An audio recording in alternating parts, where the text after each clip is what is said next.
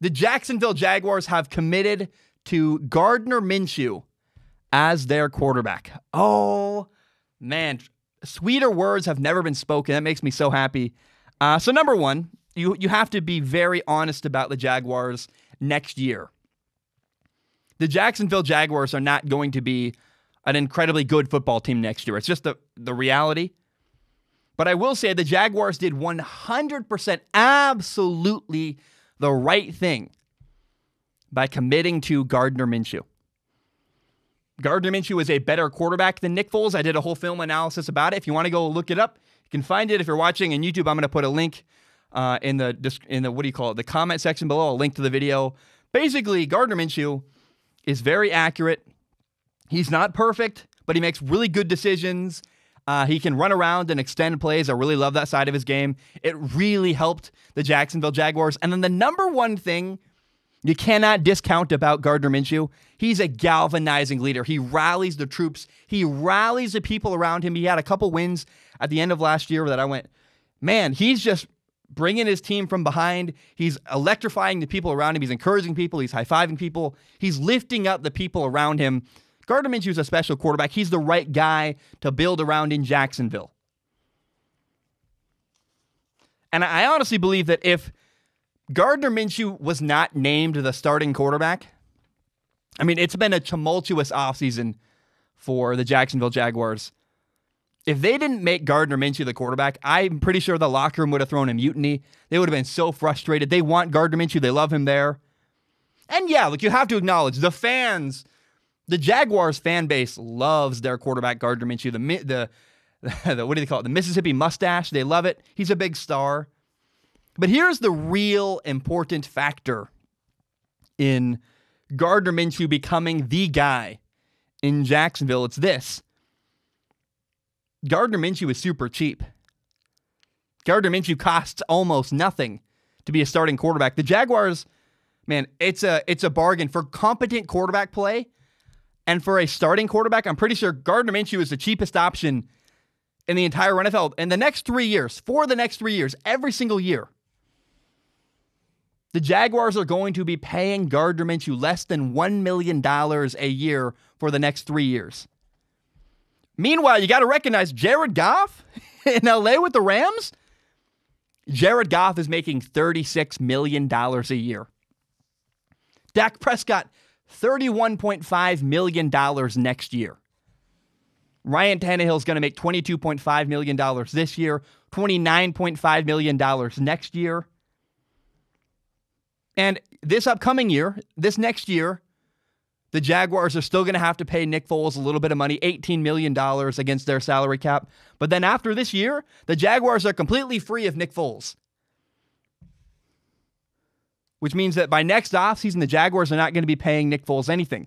And by cutting Nick Foles now, by getting rid of him now, by trading him away now, the Jaguars have freed up $35 million of salary cap space for the next 2 seasons after this year. And you gotta acknowledge this. This is so important. Having Gardner Minshew on a really cheap contract to be your starting quarterback gives the Jaguars a really brief window coming up after this year where they can pay their starting quarterback basically nothing, and the Jaguars had better capitalize on that situation. Some teams do it, some teams don't.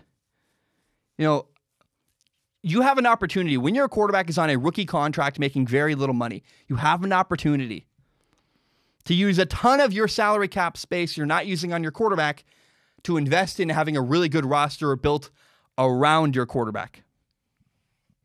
The Eagles did it with Carson Wentz. Carson Wentz was on a rookie contract. The Eagles brought in all kinds of people, spent a ton of money, won a Super Bowl. Now, Carson Wentz wasn't the guy that won that Super Bowl.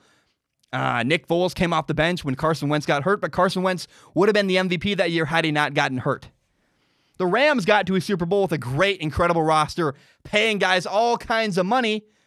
Why were they able to do that? Because Jared Goff was on a rookie contract. However, the Cowboys were unable to capitalize. They had 4 years of Dak Prescott making basically nothing.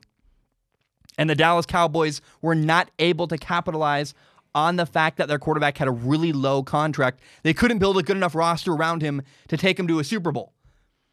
That's a big deal. You know, people all the time say, Dak Prescott deserves a ton of money because, well, look at what Carson Wentz is getting paid. Look at what Jared Goff has been getting paid. Yeah, Jared Goff's team went to a Super Bowl.